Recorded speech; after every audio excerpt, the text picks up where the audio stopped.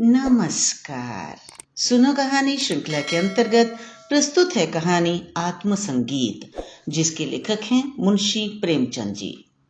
आधी रात थी, नदी का किनारा था, आकाश के तारे स्थिर थे और नदी में उनका प्रतिबिंब लहरों के साथ चंचल।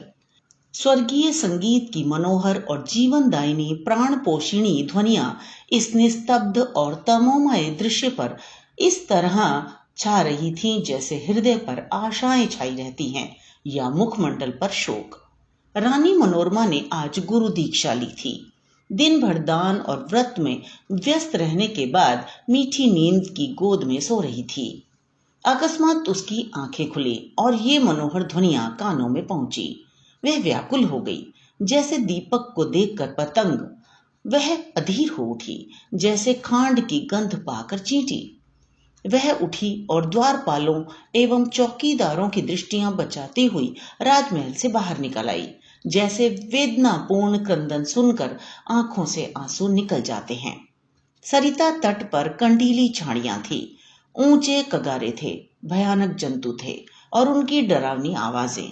शव थे और उनसे भी अधिक भयंकर उनकी कल्पना। मनोरमा कोमलता और सुकुमारता की मूर्ति थी, परंतु उस मधुर संगीत का आकर्षण उसे तन्मयता की अवस्था में खींच लिए जाता था। उसे आपदाओं का ध्यान न था। वह घंटों चलती रही, यहां तक कि मार्ग में नदी ने उसका गतिरोध किया। मनोरमा ने विवश होकर इधर उधर दृष्टि दौड़ाई। किनारे पर एक नौका दिखाई दी।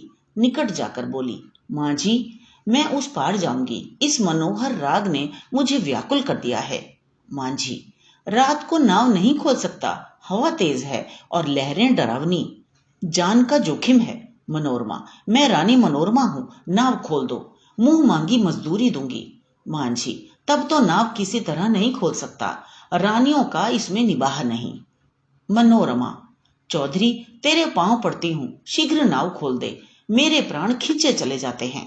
मां जी, क्या इनाम मिलेगा? मनोरमा, जो तू मांगे।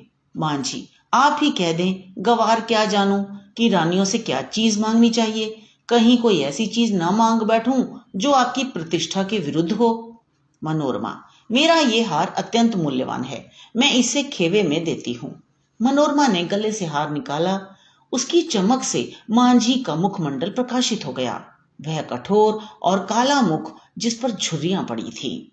अचानक मनोरमा को ऐसा प्रतीत हुआ मानो संगीत की ध्वनि और निकट हो गई हो। कदाचित कोई पूर्ण ज्ञानी पुरुष आत्मानंद के आवेश में उस सरिता तट पर बैठा हुआ उस निस्तब्ध निशा को संगीत पूर्ण कर रहा है। रानी का हृदय उछलने लगा। आह, कितना मनोमुग्ध करने वाला राग था। उसने अधीर होकर कहा, मां जी, अब देर ना कर, नाव खोल, मैं एक क्षण भी धीरज नहीं रख सकती। मां जी, इस हार को लेकर मैं क्या करूंगा? मनोरमा, सच्चे मोती हैं। मां जी, यह और भी विपत्ति है। मांझिन गले में पहनकर पड़ोसियों को दिखाएगी, वह सब डाह से जलेंगी, उसे गालियां देंगी। कोई चोर देखेगा तो उसकी छाती पर सांप लौटने लगेगा। मेरी सुनसान झोंपड़ी पर दिन दहाड़े डाका पड़ जाएगा, लोग चोरी का अपराध लगाएंगे। नहीं, मुझे यह हार नहीं चाहिए। मनोरमा, तो जो कुछ तू मांग वही दूंगी, लेकिन देर ना कर। मुझे अब धैर्य नहीं है, प्रतीक्षा करने की तनिक भी शक्ति नहीं है।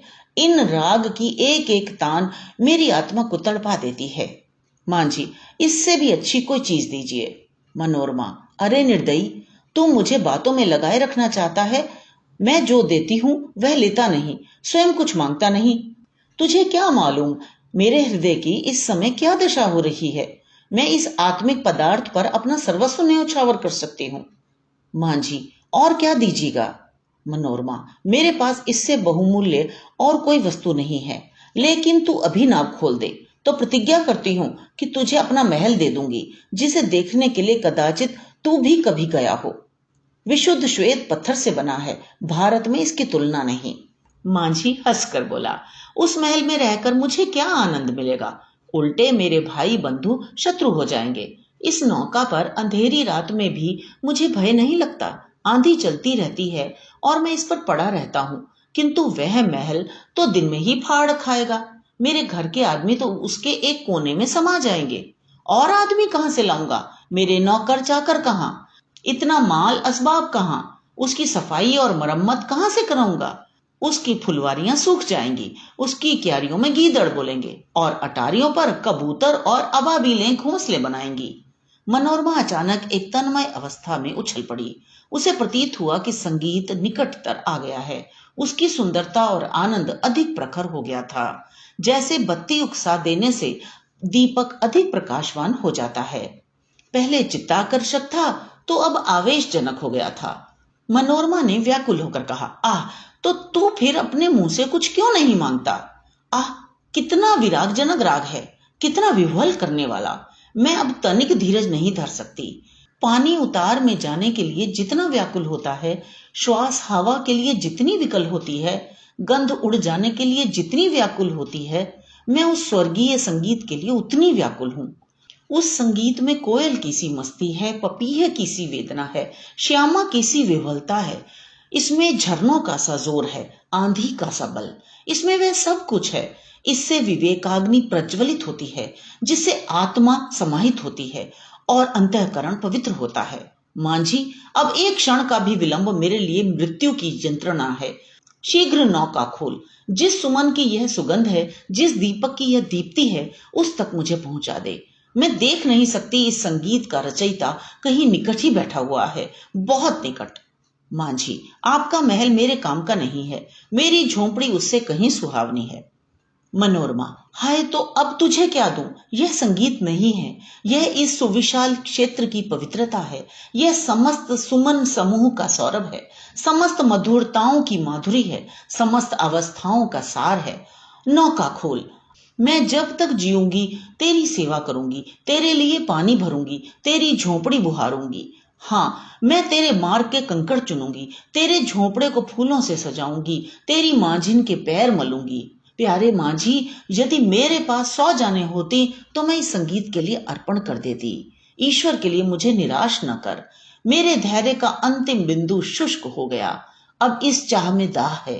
अब यह सिर तेरे चरणों में है। यह कहते कहते मनोरमा एक विक्षिप्त की अवस्था में मांझी के निकट जाकर उसके पैरों पर गिर पड़ी। उसे ऐसा प्रतीत हुआ मानो वह संगीत आत्मा पर किसी प्रज्वलित प्रदीप की तरह ज्योति बरसाता हुआ मेरी ओर आ रहा है। उसे रोमांच हो आया। वह मस्त होकर झूमने लगी। ऐसा ज्ञात हुआ कि मैं हवा में उड़ी जाती हूँ। उसे अपने पार्श्व देश में तारे झिलमिलाते हुए दिखाई देते थे। उस पर एक आम विस्मृत का भावावेश छा गया और अब वही मस्ताना संगीत, वही मनोहर राग उसके मुंह से निकलने लगा।